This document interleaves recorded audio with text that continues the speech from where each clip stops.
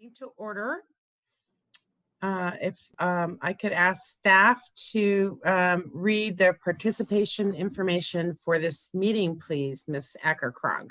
Mrs. Before we do that, do we want to push the record button? Thank you. No, we are already actually, thank you for that comment, Board Member Roth, but we actually are already streaming here, I believe. Let me just confirm with my staff here. I believe we're all set and streaming here. And I'm just confirming. Yes, we're on. Okay, good. So thank you. All right, so I'm going to go ahead and first we'll start here with, I'll just read the participation information. So the Historical Review Board meetings will be conducted virtually and not available for in-person public participation. This is pursuant to State Executive Order N-29-20.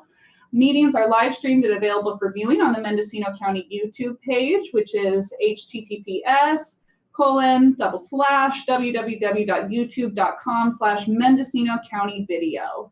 In order to minimize the risk of exposure during this time of emergency, the public may participate digitally in meetings by sending comments to pbscommissions@mendocinocounty.org or orally via telecomment in lieu of personal attendance. All requests for telecomment must have been received by 10 a.m. this morning, and I can confirm that we have no requests for telecomment at this time beyond representatives of applications or items we're discussing today. And that really concludes my participation information. Thank you very much. I'd like to ask for a call for roll call, please. All right, so we'll go ahead and start with Board Member Kapler. It appears you might be muted, Mr. Kapler. I see him. I don't hear him.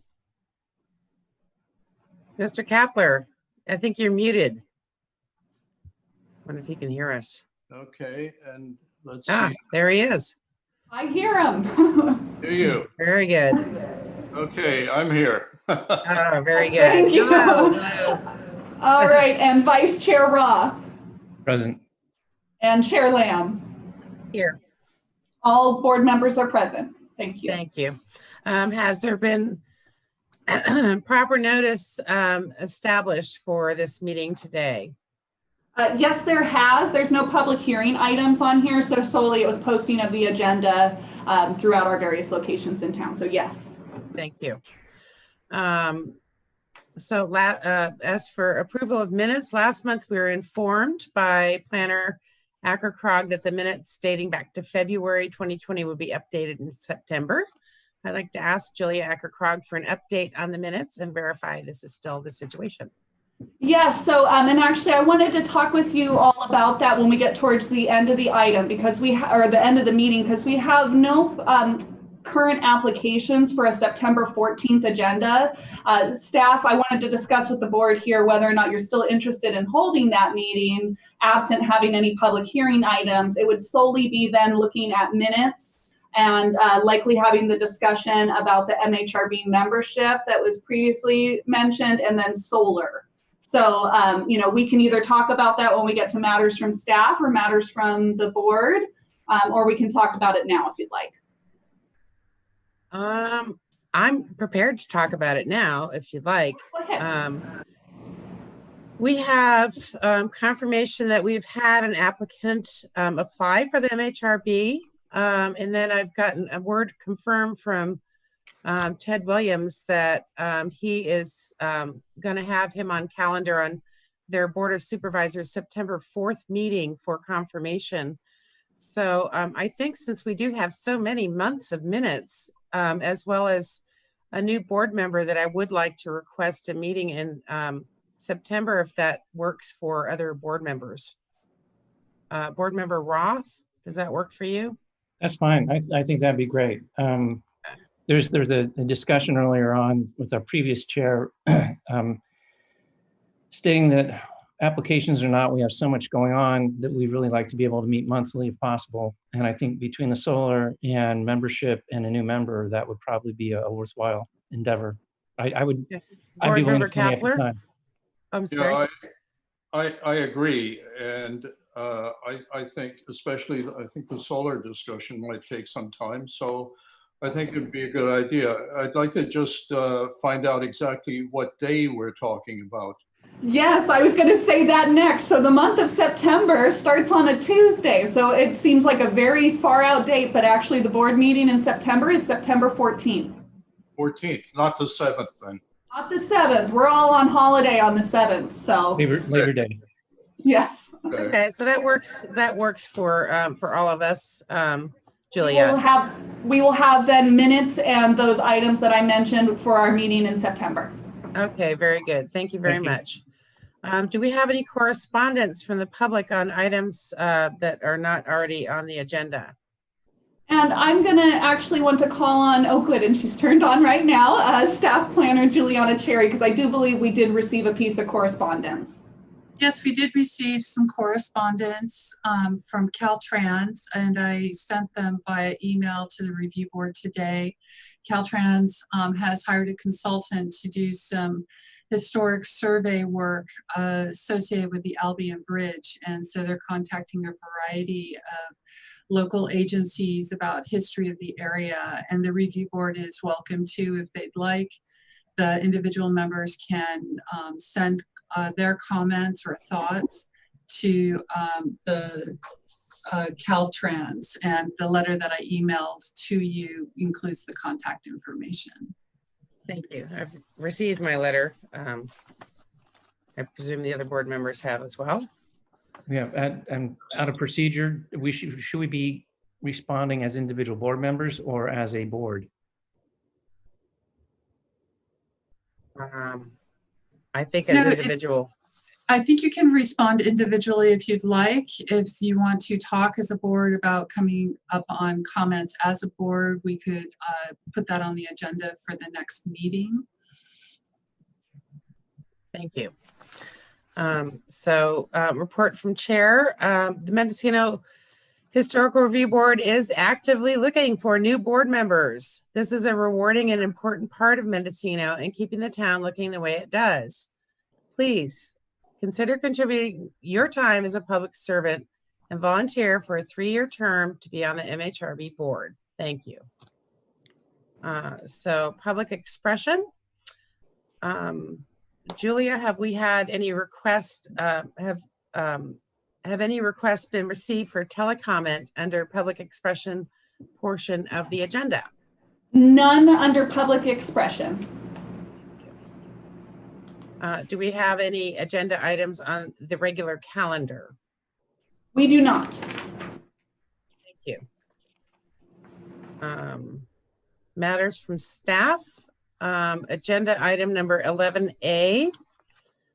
This is a conference with property owner regarding roof-mounted solar array at 10900 Ford Street in Mendocino. This item has been continued from the July 20th, 2020 MHRB board meeting. So I'd like to ask staff if there's been any correspondence or telephone calls that have been received related to this item. Would that be Juliana Cherry? I can respond. Yeah, and I can say, since this isn't a public hearing item necessarily, we haven't received any correspondence from the public on this, because this is really to meet and confer with the review board on this item. Thank you. If staff would like to make a presentation of the memorandum, that would be appreciated. Certainly. Juliana Cherry. And also I see Bruce Erickson has joined the meeting. Okay. Bruce Erickson is with Mendocino Solar, and he is the agent representing the property owner. In July, we received a building permit application to install roof-mounted solar on an existing single-family residence located at 10900 Ford Street in Mendocino. This is located within Historical Zone A, but the site is not listed in the inventory of historic structures. They have received previous MHRB permits, and the memo lists all of them. And something that I did notice is after the construction of after the first permit was issued, there were several amendments to that first permit, like a series of amendments. So the home has been altered over time, and a guest cottage has been added, a greenhouse has been added to the home. MCC section 2076045 lists solar collecting devices as an activity requiring a review board approval.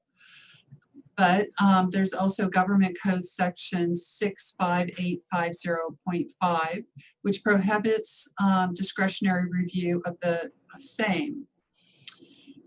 County Counsel's office has provided some opinions over the last several years, and the opinion is included in the memo distributed to the review board.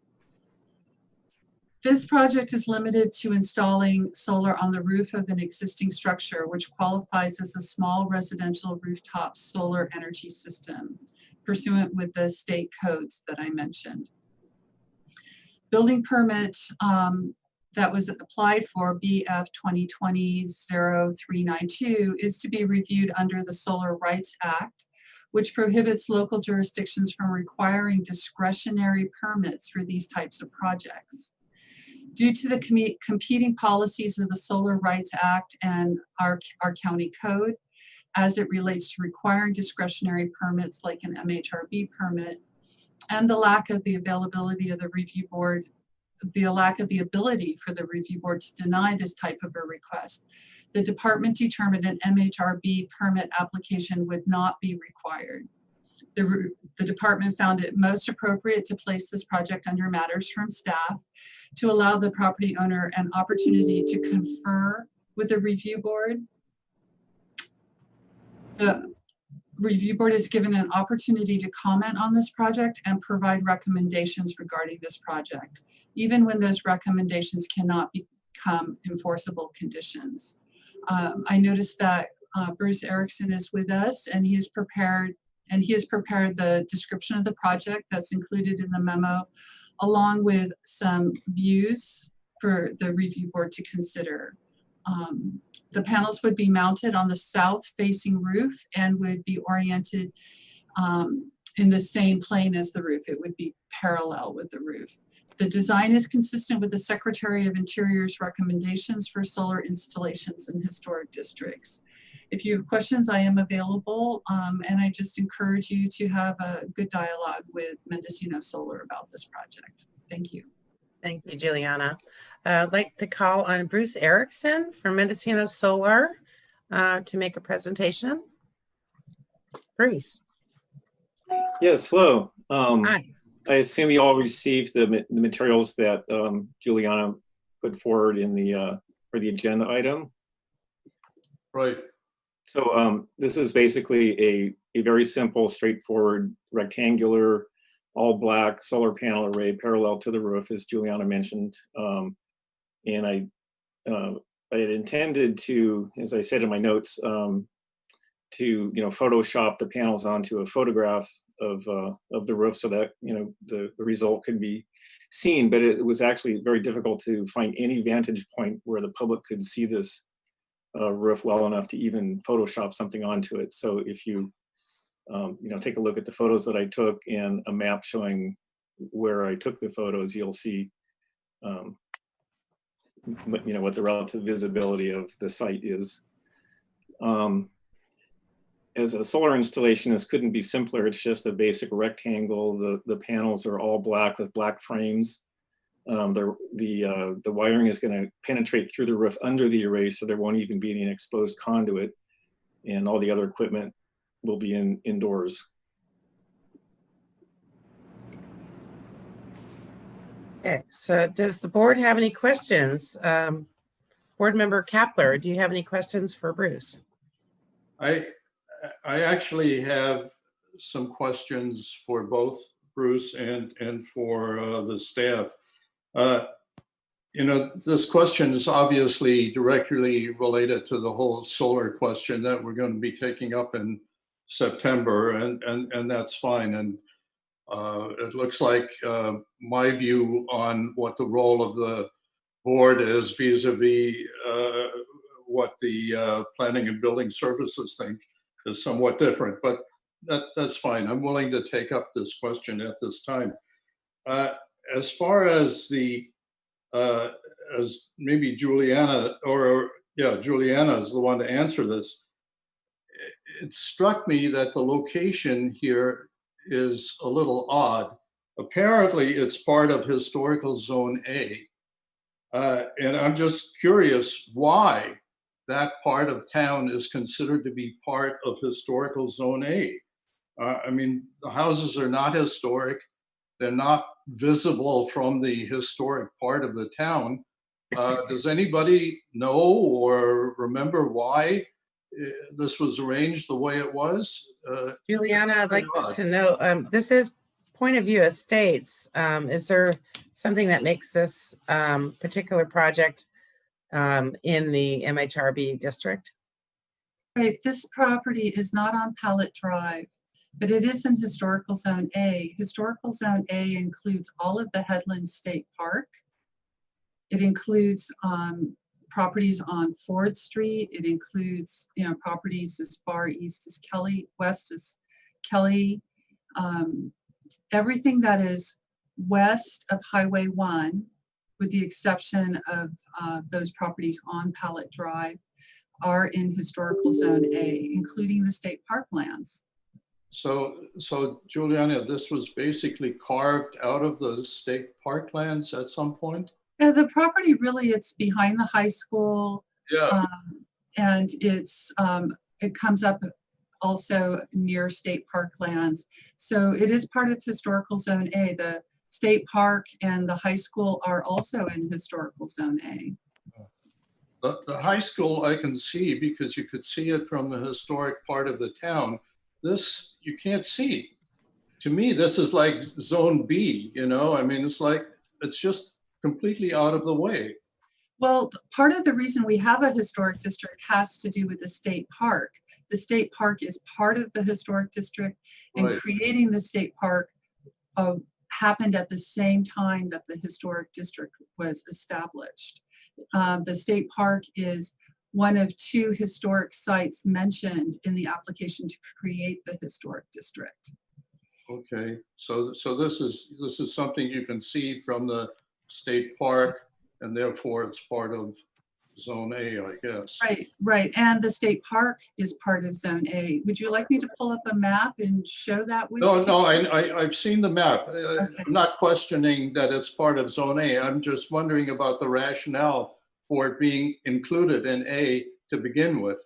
I mean, I would have thought this was more of a B area myself. Yeah, I can understand that. But the 2 historic sites that are mentioned in the application to create the historic district are the Presbyterian Church and the Headlands, which are now the state park. Okay. Juliana? The second question I had for Juliana had to do with the statement she made about this meeting, being consistent with the Secretary of Interior's recommendations for solar installations. What did you base that on? So the Secretary of Interior, they give some examples of what they think would be a suitable arrangement and examples of what they think could be done better.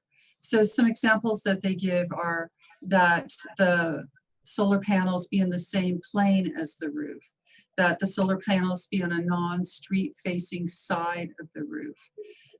So like if you're on Capella Street and you're driving down Capella Street and you see the front of the homes, those roofs, the front roofs, the street facing sides of the roof might not have solar panels on it, but the non-street facing side could. Right. So here they're in the same plane, they're not altering the shape of the roof, and the solar panels really are not visible from public streets. Right. Okay. Thank you, Juliana. And as far as the applicant, I just had a couple of small questions. Why is this installation being put in? Why are these people interested in adding the solar to this property? Because they want to reduce their carbon footprint by having renewable energy provide their electricity, and they also want to save money on their electric bills. And what's the size of it? It is in the north-south direction, or up and down the roof. It is 11 feet, and the east-west direction of the 7 panels are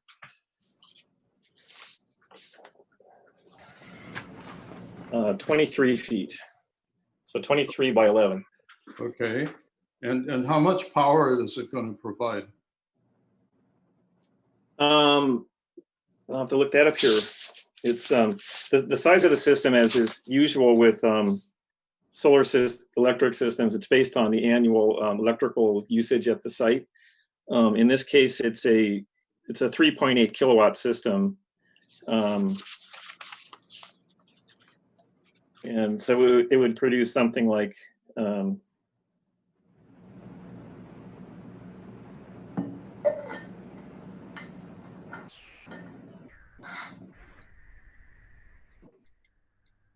something like 5,000 kilowatt hours a year. Okay. And I think you said the panels are black. Are they going to blend into the roof, or are they going to stick out?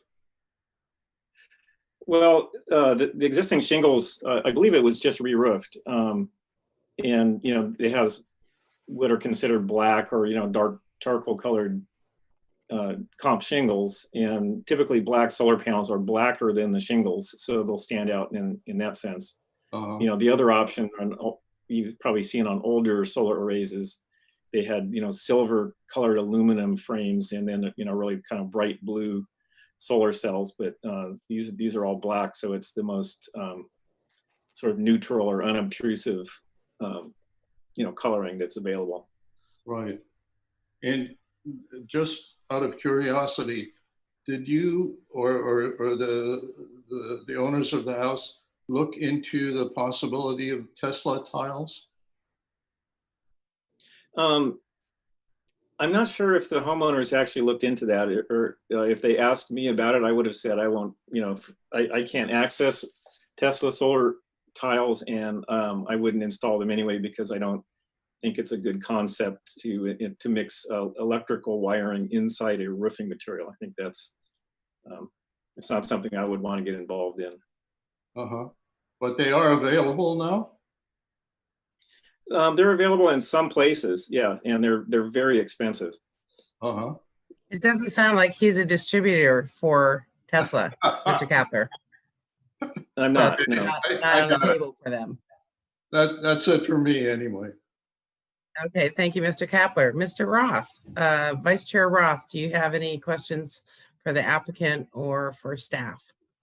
A couple observations. In terms of solar, this seems to be one of the least obtrusive implementations of it. I like Board Member Kapler's observation that this is kind of off the beaten trail. I've walked by that house, I don't know how many times, heading around the headlands and then coming back Ford Street through the high school. So I definitely know the property. To me, it looks as though the only visibility is going to be from the occupant when they're in their front drive. There's a possibility that across Ford Street, it's 10860 Lansing Street. Out of the back end of their property, they might have a view of that array. And then from the high school, the Diamond might see it.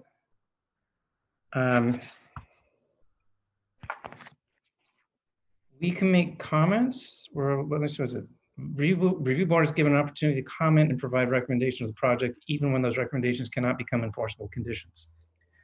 I don't really see any need to have enforceable conditions. I greatly approve of reducing one's carbon footprint overall. In the category 1 downtown village, it's a lot dicier in terms of how you implement it. This is definitely outside of the downtown. I think visually it's not going to have an impact on more than high school students are playing in the ball yard that are busy doing other things, and maybe one neighbor. And if the neighbor hasn't complained about it, I give it a thumbs up. Thank you, Mr. Roth. I share the feeling of the board members in that I think that due to the location and proximity that it's a good project. It's been well presented. It's on the roof. It seems unobtrusive enough that it's not going to bother anyone. I do have a comment for staff for future recommendations that come before the MHRB board on this particular project, as well as the one that came up in July.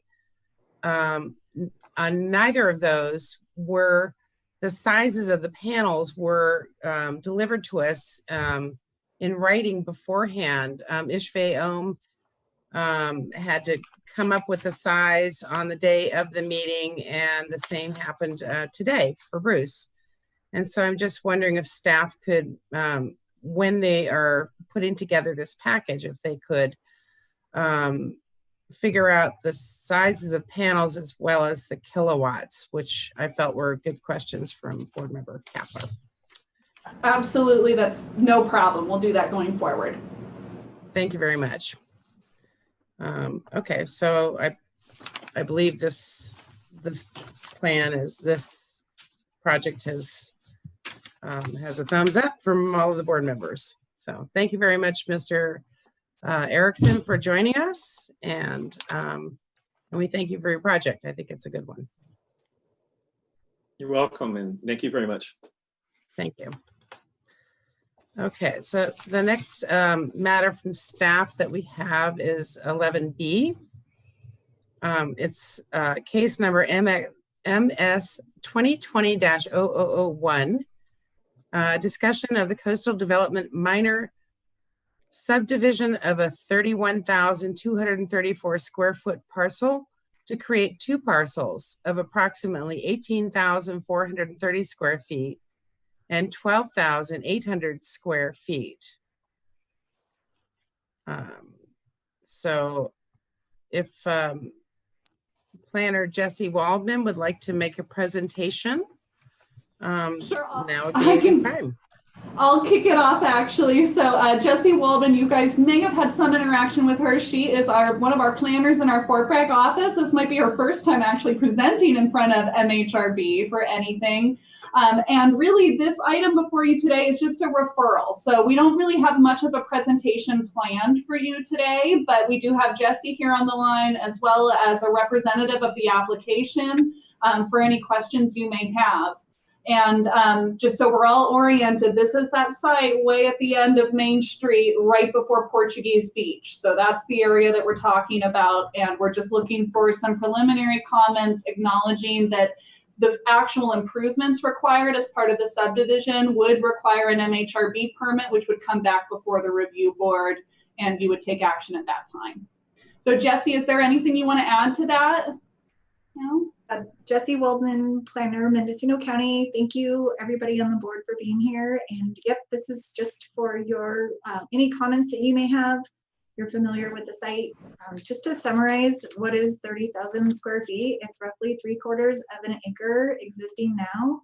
And the 18,000 square foot parcel will be approximately 0.4 acres. And then the remainder, the 12,800 will roughly be 0.29 or 0.3 acres. And I'm just looking for your comments. If you have any questions, we can talk about that gladly. Thank you.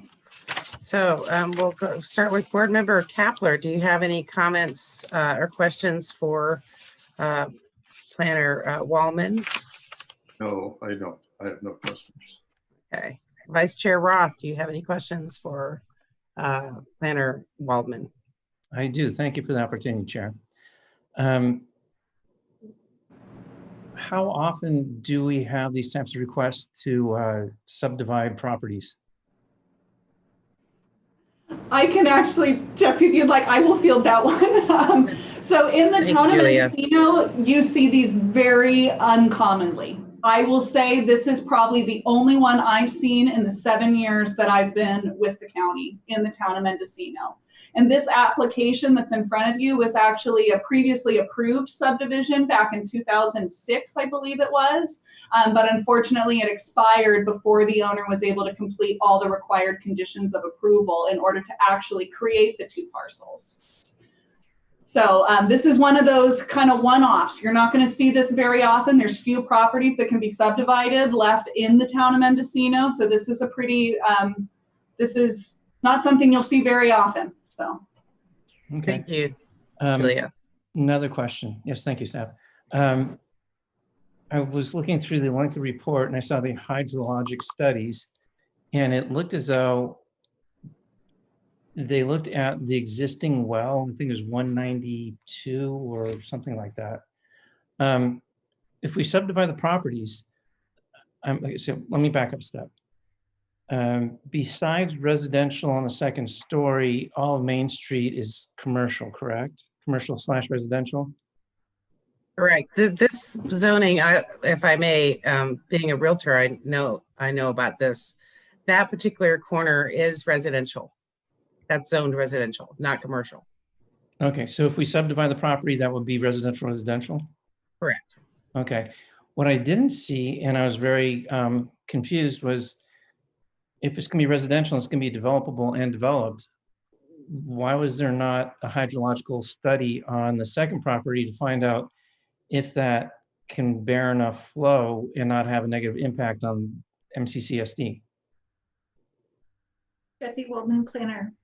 So there has been extensive water analysis on the site through the owner, the current landowner, and with Mendocino City Community Services District.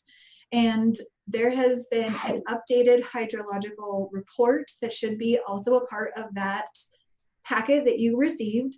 And then it is my understanding that there may be further water studies going on currently. I'm not quite sure if one is going to be submitted, but it is my understanding that the agent is looking into preparing a more current hydro study. However, this project has been referred to the Department of Environmental Health, and they will not respond until this project is heard at the subdivision committee, which is scheduled for the August 13th. And then also this project was referred to MCCSD at Mendocino City Community Services District. They have supplied a written statement that this request is adequate to satisfy the water district's needs, and that the historical or the hydrological report is also adequate. And they have also responded in their referral packet that this request has adequate water studies. So I think that I will be able to find out more information after the subdivision committee after the 13th of August. Thank you. Thank you, Planner Waldman. If I may, the water is a planning and building question. It doesn't really apply to Mendocino Historical Review Board, I believe. That's right. So to even spend, they're not going to pass it unless there's enough water. No, I understand. So if there's a building, so at this point, it's sort of a moot point to be. My question is more about procedural. And so just to bring everyone on board, I'm the Siegel and Bed and Breakfast, which is on the other side of Rotary Park. If we go across Rotary Park, there's a parcel on Main Street, which was recently purchased, and there's hydrological tests after the purchase to find out whether that would be sufficient for water. And it's just, and I understand it's not MHRB, I'm just trying to understand process in the town. It sort of seems cart before the horse. Is it procedurally, do we not check to see if the parcel that's going to come up for potential development later on has the ability to have its own water, or do we just let it go? No, and say that's a planning and building question, and that goes before planning and building, and they wouldn't bring a project such as a building plan in front of MHRB unless that all those items have been gone through. Well, and so, yeah, I'll just expand upon that and just say that with any sort of subdivision being done within the county, there's conditions of approval that are set by the subdivision committee, or recommended, excuse me, I should say, by the subdivision committee, and then ultimately set by the planning commission. There's certain studies and analysis that you have to do before you can receive approval, because it is what we would call a subjective study rather than an objective study. So Sundstrom versus County of Mendocino prohibits us from being able to condition permits based upon future studies. So if a hydro study is required, that has to be done before approval is given on this subdivision. And we are that case in the books. It's Sundstrom versus County of Mendocino back in the 1980s. And that really set the standard that you have to identify environmental impacts at the earliest feasible place in the process. So that would be before you take action on a project. Now, you will see where there's some exceptions where you may have like water testing that's more objective. So you're running a pump test. That's an objective standard. How much water does it produce? But the hydro analysis, that is more objective subjective. And so that way it does require being done before approval's given on a project. Okay. I'd like to add something here, if I may. I spoke with Ryan Rhodes, the new director of the MCCSD last week. And they are not issuing any new groundwater extraction permits at this time due to the drought conditions. So they will not be issuing any brand new groundwater extraction permits until it begins to rain. So. And if I may, I see that Planner Waldman had her hand up as well too. I don't know if I didn't see. I don't have the. If her comment was addressed I'm so already. Sorry. Planner Waldman, please comment. Thank you, board members. I would just like to verify that no development is requested at this time, and should development become a proposal on the once, if ever, made new parcel, I don't know, the future potential parcel that could become as a result of this subdivision, when new proposals of development, it will be brought back to you as a completely new parcel, and all of those items will be addressed at that time. So no development, though there are possibilities of some improvements that will come up at a later date after we do further analysis on the property. I hope that kind of answers your question about how and why and the processes of subjective and objective project. Thank you very much, Jesse. Thank you, and I appreciate the clarification of the process, even though and I do not want to have my fingers in everything by any means. I'm just curious as how things roll out and what comes first and what comes second and third. So thank you, Chair. Thank you, staff. Thank you. So I don't have any comments to add to this. I would say that I felt that the packet was a little too big for the board. And I kind of feel that in the future, if there is any such thing as a new subdivision, that if the staff could figure out some way where it would be a link online, if it was scanned in, then I feel that might be a little more eco-friendly. So well, and thank you for that comment, Sharon. I will actually make that note because these are all on our public agency referral page. We wanted to give you a printed packet so you didn't have to go look at the page and read everything online. So if I have your permission, I'm mentally noting, I'm not sending you a referral. You. Again. Okay, good. Do the other board members agree with that? Is that fine? Absolutely. Okay, Yeah, so Board Member Kapler, Board Member Roth. Thank you very much. So with that, thank you all for joining us this Monday afternoon and taking your time to be here. And I'd like to adjourn the meeting. So thank you very much. Ciao. Thank you all. So we'll be meeting again on September 14th is our next scheduled agenda. Correct. And that will be at 2 o'clock. Yes, that will.